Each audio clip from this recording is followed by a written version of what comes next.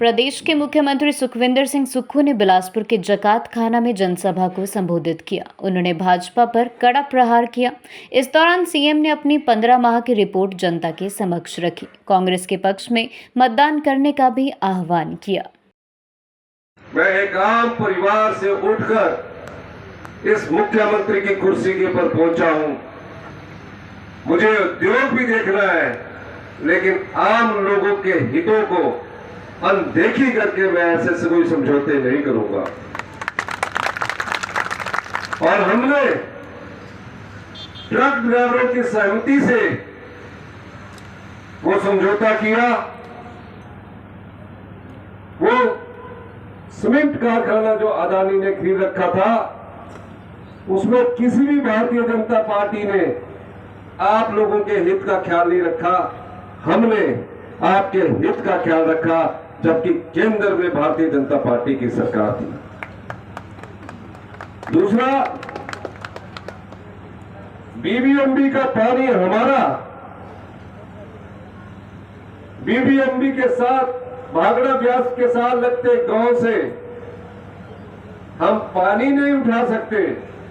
हम पानी के पीने की योजनाओं के लिए हमें भागड़ा ब्यास मैनेजमेंट बोर्ड से एनओसी लेना है। मेरे पास रामलाल ठाकुर जी आए, बंबर जी आए, करमानी जी आए। मैंने कहा ये नाजायज बात है। अगर कोई पानी की योजना भी बननी है, सिंचाई की योजना भी बननी है, तो हमको एनओसी नहीं मिल रहा, जबकि हमारे खेत वहां है, हमारे घर है, डैम में डूबे हुए हमारे पूरे के पूरे गांव है, लेकिन पीने के पानी के लिए हमें एनओसी लेना पड़ेगा। मैंने इस बात को उठाया और आज आपको जो भी हमारे बिलासपुर से सटे भागड़ा ब्यास मैनेजमेंट के गांव है, किसी प्रकार के एनओसी लेने की जरूरत नहीं है। हमने ये प्रबंध आपके लिए करवा दिया है। मैं ये बात इसलिए कह रहा हूं, आपका दर्द मेरे सीने में था, तब मैंने ये बात उठाई। मुख्यमंत्री की कुर्सी पर जब मैं पहुंचा, तो मैंने कभी जीवन काल में भी नहीं सोचा था कि मैं उस मुख्यमंत्री की कुर्सी पर पहुंचूंगा जहां मैं हिमाचल की जनता की सेवा कर पाऊंगा। मेरे परिवार से कोई राजनीति में नहीं था। राजनीति दूर दूर की बात थी। हमारा समय उस समय ऐसा था कि अगर कोई राजनीतिक संबंध बन जाता तो कहते थे कि सरकारी नौकरी कर लीजिए, घर बार बन जाएगा। मैं छोटे जीवन से राजनीति करते करते कांग्रेस पार्टी की विचारधारा का झंडा उठाते उठाते 35 साल तक कांग्रेस पार्टी के अंदर रहा। 20 साल में विधायक रहा, 10 साल शिमला में काउंसलर रहा। आप जानते हैं, जो किसान परिवार से लोग होते हैं या आम परिवार के लोग होते हैं, राजनीति करने में कितनी तकलीफें होती है। मेरी डगर कभी नहीं डगूंगा।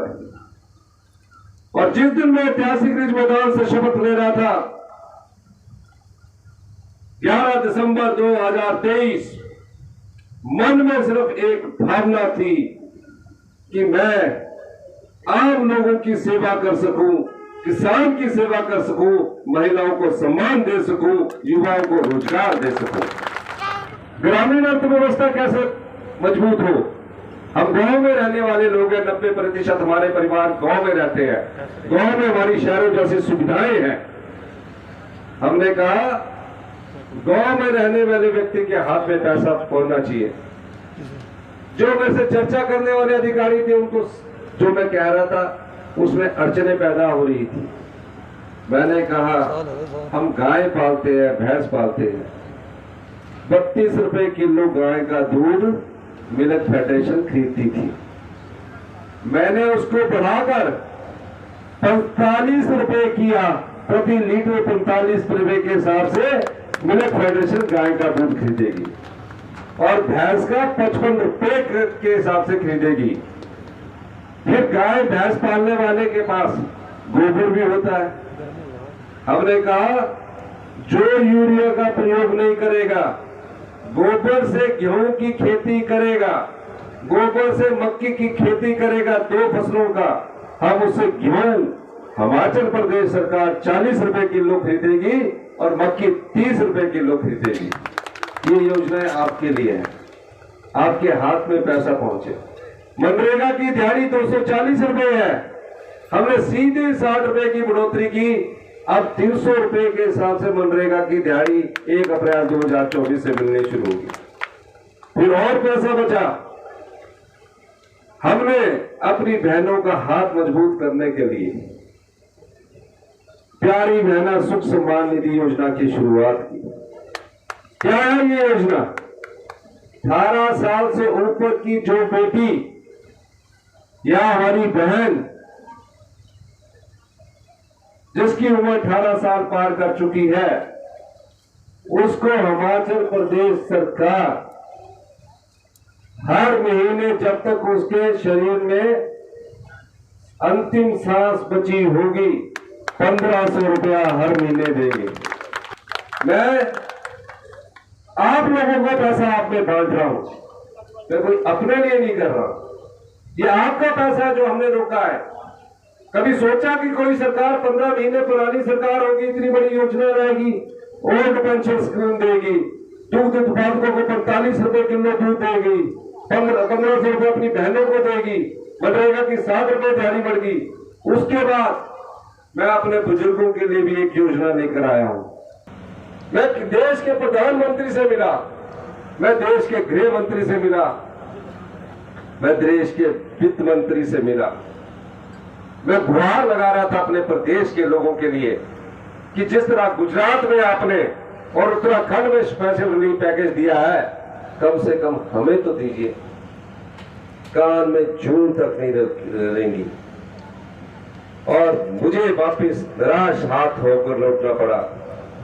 मैंने अधिकारियों से बात की, मैंने कहा अगर आज हम इस आपदा प्रभावित परिवारों की मदद नहीं करेंगे तो लोग हमें कोसेंगे, हमारे संसाधन क्या कितने हैं।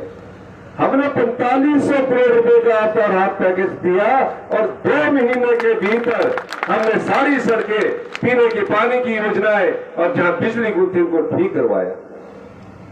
मैं जहां भी जाता था, 14 अगस्त के 2023 को मैं 15 अगस्त के लिए कुल्लू जाने वाला था, वहां मुहर्रम लगाने के लिए मैं जाना चाहता था, लेकिन 14 अगस्त को इतनी अधिक बारिश हुई। एक ही दिन में बारिश से 51 मौतें आज के इतिहास में पहले कभी नहीं हुई थी हिमाचल के। 51 लोग हमको छोड़ के चले। एक ही दिन में शिमला में शिवपौड़ी में 20 लोग दबकर मर गए। भारतीय जनता पार्टी के दिल में जरा सी भी दया नहीं आई, वो राजनीति करते रहे। मैंने कहा 551 लोग हमको छोड़कर चले गए और हमने आपदा राहत पैकेज की घोषणा के बाद आपदा प्रभावित परिवारों की मदद करना शुरू किया। मैं एक आम परिवार से आता हूं, मैंने देखा कि जिसका पक्का घर, जिसने पाई पाई जोड़कर अपना पक्का घर बनाया होता है,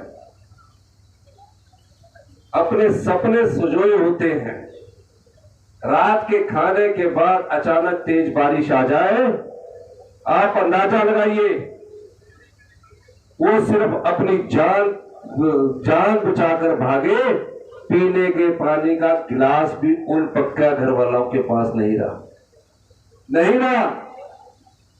आप देखिए, सड़कों पर आ गए जिनके पास पक्के घर थे, कुछ पैसा बचा हुआ था, वो पैसा भी बह गया, बच्चों की किताबें तक बह गई, पहनने के कपड़े तक नहीं रहे। उन परिवारों को बचाने का जिम्मा मेरे पर था। मैं सुबह जाता, शाम को अधिकारियों की बैठक लेता, रात के 12-12 बजे तक अधिकारियों की बैठक होती। एक ही सवाल मिलता कि हम सिर्फ 1.5 लाख रुपए की मदद कर सकते हैं। मेरा दिल भरा था, मैं जानता हूं कि एक पक्का मकान कैसे बनता है। 22,000 परिवार सड़कों पर आ गए। 22,000। मैंने इनका रिलीफ मैनुअल देखा। कच्चे मकान का टूट जाएंगे 4,000, पक्के का 6500, पशु मर जाएगा तो 4,000 भेड़ का और 25,000। मैंने रिलीफ मैनुअल का अध्ययन किया और अधिकारियों को निर्देश दिए कि जिसका अभी कच्चा मकान होगा या पक्का मकान होगा, अधिकारी कहते कि उसका तो कच्चा मकान है तो 2 लाख में बन जाएगा। मैंने कहा कि क्या उस गरीब आदमी को जिंदगी भर आप कच्चे मकान में रखोगे? अगर हम दे सकते हैं, बह गया तो उसको पक्के मकान के लिए भी पैसे देने चाहिए। पूर्व मुख्यमंत्री स्वयं है, जनता का पैसा लूटता गया और स्थिति आज ये है कि हिमाचल प्रदेश के 75 लाख जनसंख्या पर प्रत्येक परिवार के प्रत्येक सदस्य पर 1,03,000 का कर्जा चढ़ा हुआ है। पर हमारी डगर कभी ठग हुआ ही नहीं। हमारी इच्छा शक्ति देखिए। 1 महीने बाद मंत्रिमंडल का विस्तार होता है। मंत्रिमंडल के विस्तार के बाद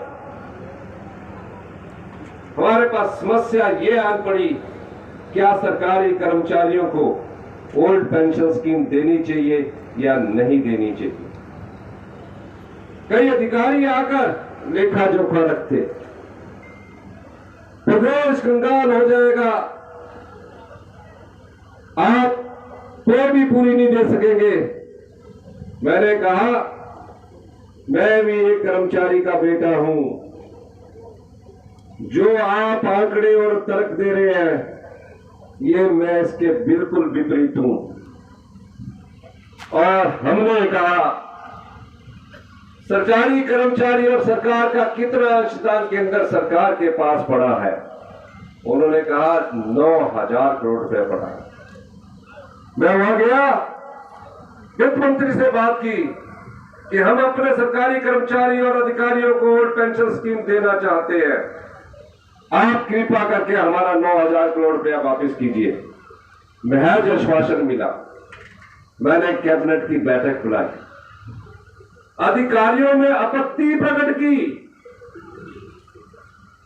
मैंने कहा नहीं, सभी आपत्तियों को मैंने तुरंत प्रभाव से हटाने का निर्देश दिया और 1,36,000 सरकारी कर्मचारियों को ओल्ड पेंशन स्कीम से नवाजा। अब करना क्या है? सबके घर वालों के परिवार के लोगों ने घर आ जाओ, कहते किस मुंह है भाई। हाँ सच्ची बात है, हम तो एमएलए भी नहीं रहे। 14 महीने पहले तो हम एमएलए बने और काम भी हमारे सारे हो रहे थे। विधानसभा में मेरे बजट की प्रशंसा पर प्रशंसा कर रहे थे, सारे बीके में विधायक प्रशंसा कर रहे, बहुत अच्छा बजट दिया। ऐसा बजट हमने कहते पिछले 75 साल में नहीं देखा जो आपने दूसरा बजट किया। इतनी प्रशंसा की और 5 दिन में ही क्या हो गया? 5 दिन में क्या हुआ? और बार बार बोल रहे कि हमें सम्मान नहीं दिया।